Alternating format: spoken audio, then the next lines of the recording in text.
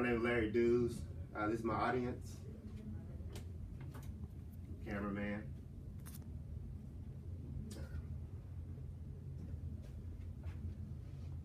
Do you own a lucky pair of underwear? Do you cross the street just to avoid that black cat that's crossing your path? I know I do. In fact, I'm wearing my lucky underwear right now. But isn't this all a little superstitious? Why, for example, are broken mirrors and umbrellas opening doors considered bad luck? And why do people feel better when armed with a Lucky's rabbit's foot or four-leaf clover? Well, gentlemen, today I'm going to tell you about a few of these common superstitions, their meanings and origins. Superstitions is a big part of our everyday lives. But to understand superstitions, we first must know what it is.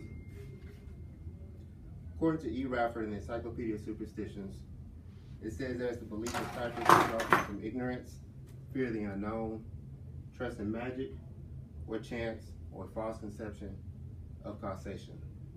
It also turns out that these and other superstitions have one thing in common. They're all about control.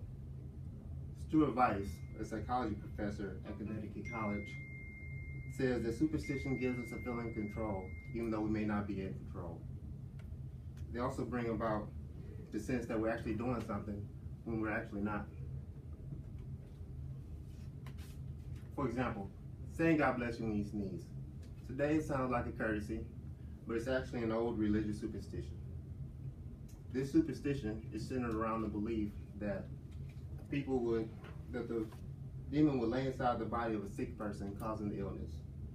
They also believed that the body was possessed, and the only way to get rid of the demon was to sneeze. They also believed that sneezing brought you closer to death because it would expel the soul from the body. So when someone sneezed, they would say, God bless you, or give you a prayer so that the demon would leave and the soul would stay. Another superstition is throwing salt over your left shoulder. Why do people throw salt over their left shoulder, you ask? Well, how else are you supposed to keep the devil from sneaking up on you? Richard Webster in the Encyclopedia of Superstitions says that the devil is believed to detest salt, for it is incorruptible, immortal, and linked to God. Salt is a preservative, which makes it a natural enemy to anyone or anything that is out to do harm. If a superstitious person were to spill salt, they must immediately pick up a pinch of salt and throw it over the left shoulder. This is because the devil is most likely to attack from the rear and attack from your left side, which is the sinister side. The presence of salt will immediately scare off the devil before he has time to cause any harm.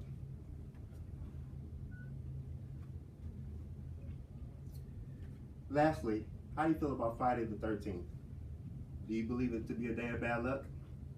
It is said that some believe that Adam and Eve was expelled from the Garden of Eden on a Friday, Noah's flood happened on a Friday, and Christ was crucified on a Friday. Also noted that 12 witches plus one devil are present at Satanic ceremonies. So 13 and Friday make for a deadly combination. The fear of the number 13 is so pervasive that there's even a phobia named after it.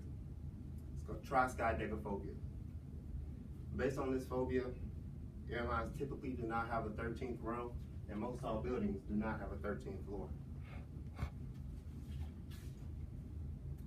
So, as you can see, from a God bless you during a sneeze to Friday the 13th, everything that we do has an order. So next time the one behind you throws salt on you, don't get mad. Just know they're only throwing salt in the face of the devil. Or the next time you want to stay inside to watch the big game on Friday the 13th in your lucky shirt because you feel like you want to be in control, I understand, but just remember, it's all superstition. That's it.